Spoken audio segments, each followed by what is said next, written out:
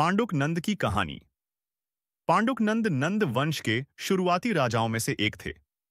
वे महापद्म नंद के पुत्रों में गिने जाते हैं।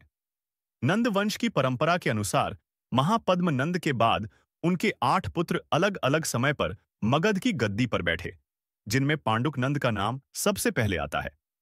राजनीतिक पृष्ठभूमि महापद्म नंद ने विशाल मगध साम्राज्य की नींव रखी थी। उनका शासन बहुत ही कठोर और संगठित था, लेकिन उनके निधन के बाद सत्ता उनके पुत्रों में बंटने लगी।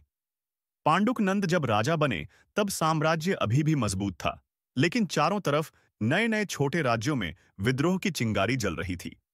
शासनकाल पांडुक नंद का शासनकाल अपेक्षाकृत शांत रहा, क्योंकि उन्होंने अपने पिता की नीतियों का पालन किया। कर वसूली सख्त थी। सेना बहुत बड़ी रखी गई थी, जिससे कोई बाहरी आक्रमणकारी हमला न कर सके। पड़ोसी जनपदों को कर ट्रिब्यूट देने पर मजबूर किया गया। हालांकि उनके समय में एक कमी यह रही कि वे अपने पिता जितने महत्वाकांक्षी विजेता नहीं थे। उन्होंने नए क्षेत्रों पर कब्जा करने की बजाय पहले से जीते हुए इलाकों पर पकड़ बनाए रखने पर ध्यान दिया।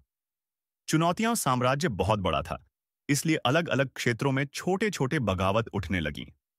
कर नीति कठोर होने के कारण प्रजा में नाराजगी धीरे धीरे बढ़ रही थी। अंत पांडुक नंद के बाद गद्दी उनके भाई पांडुरक नंद को मिली। इतिहास में पांडुक नंद का नाम बहुत प्रसिद्ध नहीं हुआ, क्योंकि उन्होंने कोई बड़ा युद्ध या सुधार नहीं किया, लेकिन उन्होंने साम्राज्य को स्थिर बनाए रखा ताकि आगे के शासक उस पर शासन कर सकें।